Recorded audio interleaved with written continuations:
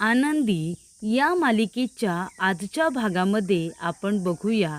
इथे शलाका भयंकर चिडलेली असते, कारण तिच्या हातातोंडाशी आलेला घास युगंधरने काढून घेतलेला असतो.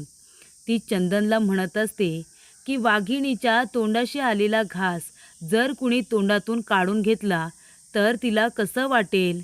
तेव्हा चंदन म्हणतो, आता ते म्या कसं सांगणार. तेव्हा इथे शलाका म्हणत असते की कोण ती मुलगी, तिच्यामुळे हे एवढं मोठं युरोपचं डील त्या युगंधरला मिळालेलं आहे. मी सोडणार नाही आहे त्या मुलीला. तेव्हा चंदन म्हणत असतो, तुम्हाला काही करावं सुद्धा लागणार नाही आहे, कारण आपले विद्याधर साहेब आहेत ना, त्यांची नजर पडली आहे ना त्या आनंदीवरती, त्यामुळे आता ते काही तिला सोडत नसतात. तेव्हा शलाका म्हणत असते की काहीही झालं ना तरीसुद्धा ती मुलगी मला हवी आहे. मला त्या मुलीला आता माझ्या तालावरती नाचवायचं आहे. तिला काही करून आपल्या बाजूने करून घ्या, जेणेकरून त्रास त्या युगंधरला होईल. असं आपल्याला काहीतरी करावं लागणार आहे. चंदन म्हणतो, नेमकं काय करायचं आहे. शलाका म्हणते, त्या मुलीची दुखरी नस आहे ना, ती शोधून काढण्याचा प्रयत्न करा. ती दुखरी नस एकदा का दाबली की युगंधरच्या काळजाला होल पडेल. असं काहीतरी करायला हवं.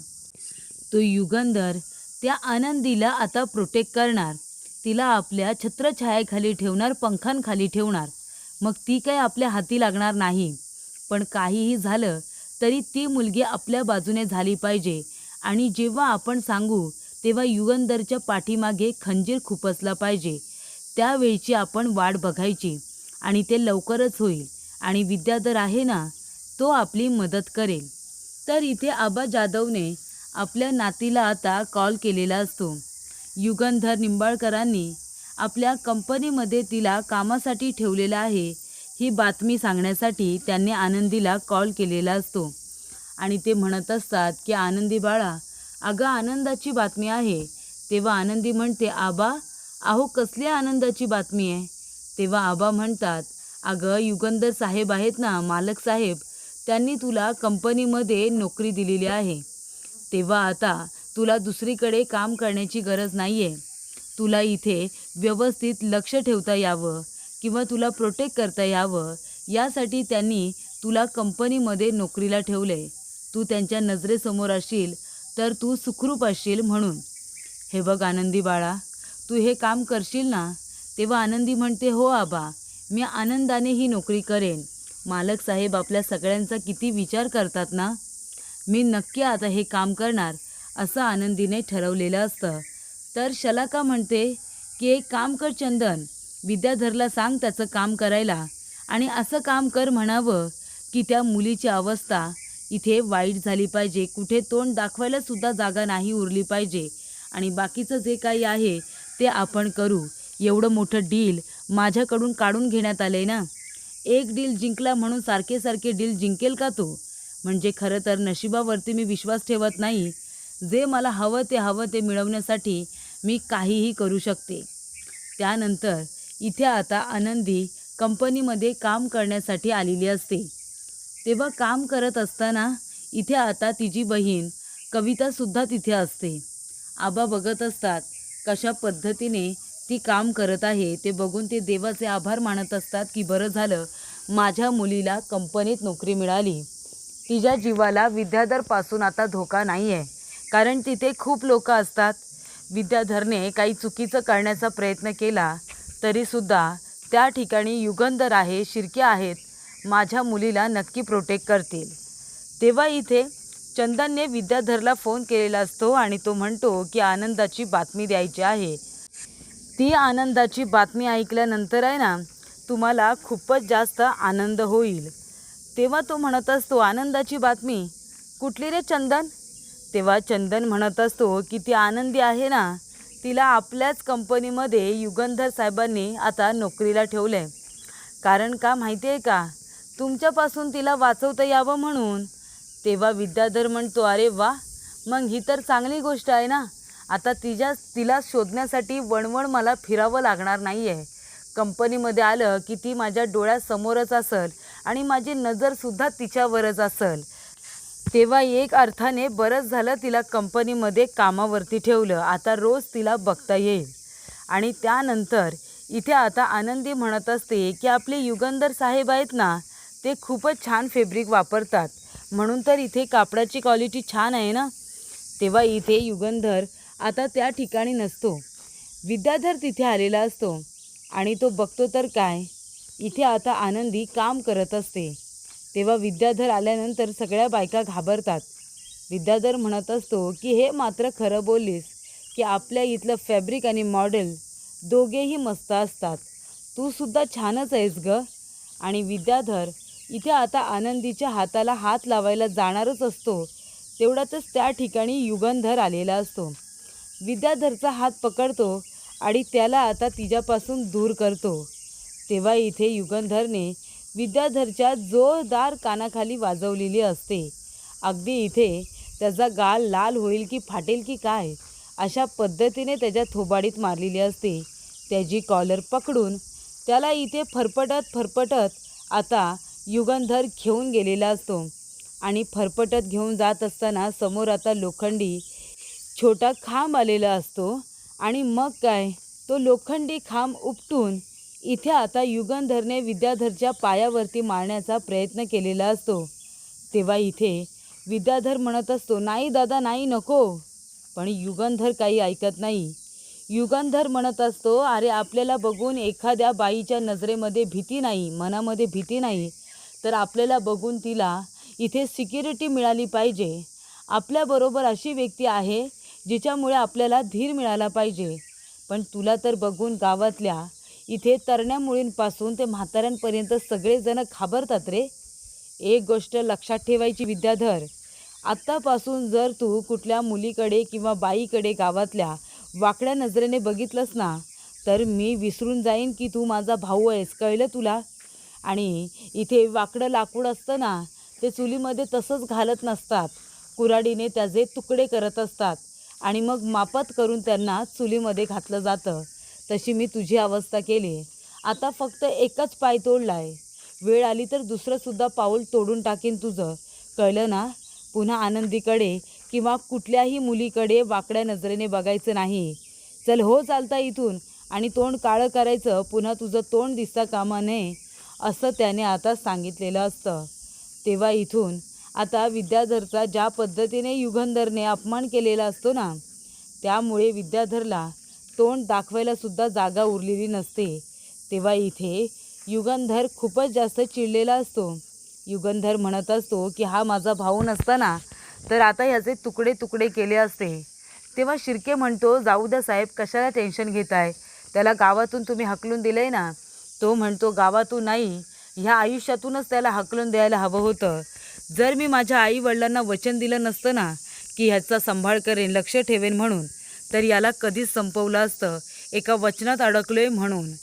तर अशा रीतीने इथे आता निंबाळकर चिडलेले असतात. तेव्हा तिथे एक एम्प्लॉई येतो आणि म्हणतो, शिर्के साहेब मी नंतर येऊ का. तेव्हा युगंधर म्हणतो, नाही नको थांब, काय काम होतं. तेव्हा तो माणूस म्हणतो की साहेब, आपल्या इथे 40% माल आता तयार झालेला आहे, त्यामुळे आता आपल्याला जे काही हे कॉन्ट्रॅक्ट मिळाले ना, 40% काम तर आपलं पूर्ण झालं आहे, आता आपल्याला बाकीचं सुद्धा पूर्ण करायचं आहे. त्यासाठी आपल्याला कापूस लागणार आहे. कापूस जर योग्य वेळेवरती आला तर मग आपण आपलं काम अगदी वेळेच्या आधी पूर्ण करू शकतो. युगंधर म्हणतो, अरे वा, काम अगदी झपाट्याने सुरू आहे. इतक्या कमी वेळेमध्ये 40% माल आपला पूर्ण करून होतो, म्हणजे ही काही आनंदाची गोष्ट आहे. कामाबद्दल असं काही चांगलं ऐकलं ना की मनामध्ये आनंद निर्माण होतो आणि राग तर निघूनच जातो. तेव्हा शिर्के, तुम्ही आता यांना कापसाबद्दल जी काही अपडेट आहे ती त्यांना द्या आणि जी काही त्यांच्या अडचणी आहेत त्या दूर करा. काम आपलं वेळेच्या आधी पूर्ण झालं पाहिजे. त्यानंतर इथे एक मुलगा येतो, आनंदीची चौकशी करत असतो. ज्या ठिकाणी आनंदी आधी काम करत असते ना, त्या ठिकाणी तो येतो आणि म्हणतो, आनंदी नावाची मुलगी इथे काम करायची ना, आता नाही करत का. तर युगंधर साहेबांनी तिला कंपनीमध्ये आता नोकरी दिलेली आहे, ती तिथे काम करते. त्या कंपनीचा तुमच्याकडे ॲड्रेस वगैरे असेल तर द्या ना, माझं थोडं काम होतं तिच्याकडे. तेव्हा इथे कंपनीचा ॲड्रेस दिलेला असतो. तो थँक्यू म्हणतो, तुम्ही चांगलं काम करताय असं म्हणतो आणि तिथून निघून बाहेर पडतो. त्यानंतर इथे चंदन विद्याधरला पाणी देत असतो आणि विद्याधर आपल्या तोंडावरती पाणी घेत असतो. भयंकर चिडलेला असतो विद्याधर. तेव्हा चंदन म्हणतो, अहो साहेब, पण तुम्हाला सगळ्यांच्या समोर मारलं हो, आणि कुणासाठी? त्या थर्ड क्लास आनंदीसाठी. तेव्हा इथे विद्याधर म्हणत असतो की चंदन, त्या आता आनंदीला मी सोडणार नाही आहे. 1.5 दमडीची मुलगी, आणि तिच्यामुळे दादाने माझा सगळ्यांसमोर अपमान केला. 7 पिढ्यांमध्ये कुणाचा इतका अपमान झाला नसेल ना, तेवढा माझा झाला आहे. सोडणार नाही आहे मी तिला. अशी तिची हालत करेन ना की कुत्रासुद्धा तिचा हाल खाणार नाही आहे, कुणी विचारणार नाही आहे तिला. तेव्हा इथे चंदन म्हणतो की नक्की तुम्ही करणार तरी काय आहात? तेव्हा इथे विद्याधर म्हणतो की अशी तिची वाट लावून ठेवतो ना की तोंड दाखवायलासुद्धा जागा उरणार नाही आहे त्या आनंदीला. बघ तिची कशी वाट लावून ठेवतो. तेव्हा प्रेक्षकांनो, विद्याधरला युगंधरने मारलेलं असतं, त्यामुळे राग मात्र विद्याधरला आनंदीचा आलेला असतो. कारण तिला प्रोटेक्ट करायच्या नादामध्ये इथे आता युगंधरने विद्याधरची हालत खराब केलेली असते. पूर्ण कंपनीच्या लोकांसमोर त्याला मारलेलं असतं. तेव्हा इथे आबा जाधव आता आलेले असतात. तेव्हा तिथे कंपनीतला एक एम्प्लॉई येतो आणि म्हणतो, तुम्ही आबा जाधव आहात का? तेव्हा आबा म्हणतात, हो मीच आहे. तेव्हा तो म्हणत असतो की तुम्हाला आहे ना, इथे आता युगंधर साहेबांच्या, मालक साहेबांच्या कामासाठी एका माणसाने ग्राउंडवरती बोलावले. तिथे तो माणूस तुमची वाट बघतोय, तुम्हाला भेटायचं आहे. तेव्हा इथे आबा जाधव म्हणतात, मालक साहेबांचं काम आहे का? बरं बरं ठीक आहे, मी बघतो. आणि आबा जाधव आता बघायला जातात. तेव्हाच त्या ठिकाणी आता गाडीमध्ये विद्याधर बसलेला असतो. आबा आल्यानंतर तो आता दरवाजा उघडतो. आबा म्हणतात, का बोलावले मला इथे? काय काम आहे तुमचं?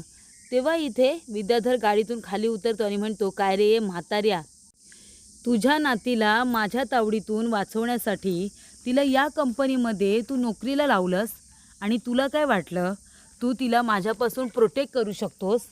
पण एक गोष्ट लक्षात ठेव, आता तर आनंदी माझ्या समोरच असणार आहे. ती कुठे आहे ते मला बरोबर माहिती आहे.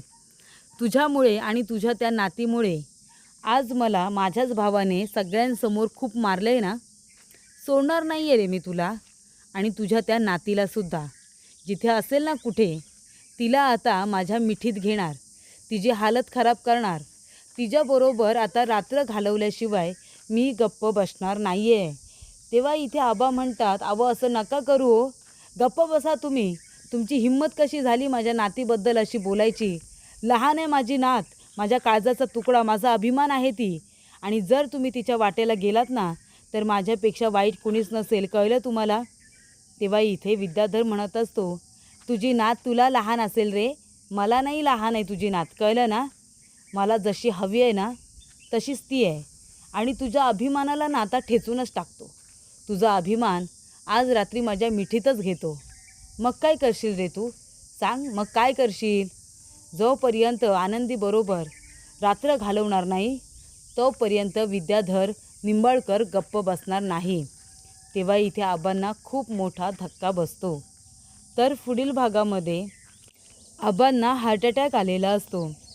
तेव्हा आनंदीची बहीण तिला कॉल करते आणि म्हणते, आनंदीताई, आपल्या आबा. ती म्हणते, काय झालं आबांना? तर आबांना हार्ट अटॅक आला आहे, त्यांना हॉस्पिटलमध्ये ॲडमिट केलं आहे. सगळेजण तिथे पोचलेले असतात, आनंदीसुद्धा पोचलेली असते. तेव्हा विद्याधर तिथे नाटकाला आलेला असतो. विद्याधर म्हणत असतो, अरे इतका प्रामाणिक माणूस, इतकी वर्ष कंपनीमध्ये काम करतोय, पण त्याला हार्ट अटॅक आला तर एकसुद्धा माणूस मदतीला धावून आला नाही हो. पण मी आलो आहे ना त्यांच्या मदतीला धावून. हे बघा, मी आबा जाधवसाठी पैसे घेऊन आलो आहे त्यांच्या ट्रीटमेंटसाठी. हे पैसे जर तुम्ही घेतलेत तर आबा जाधव लवकरात लवकर बरे होतील आणि त्यामुळे त्यांची ट्रीटमेंटसुद्धा चांगली होईल. घे आनंदी, हे पैसे घे. असं आता म्हणाल्यानंतर तो आलेला माणूस आता त्याच्याकडे बघत राहतो. हा आनंदीला काय एवढं बोलतोय? आनंदी मात्र घाबरलेली असते. पण विद्याधरला आता पैसे देऊन तिला वीक करायचं असतं आणि तिला काही करून त्याच्या तालावरती नाचवायचं असतं. तेव्हा पैशांचं आमिष दाखवून इथे आता आनंदीला त्याच्या जवळ घ्यायचं असतं. पण प्रेक्षकांनो, इथे आता जेव्हा विद्याधर आनंदीला म्हणतो की आनंदी घे ना पैसे घे, तेव्हा आनंदी ते पैसे घेण्यासाठी पुढे येत नाही.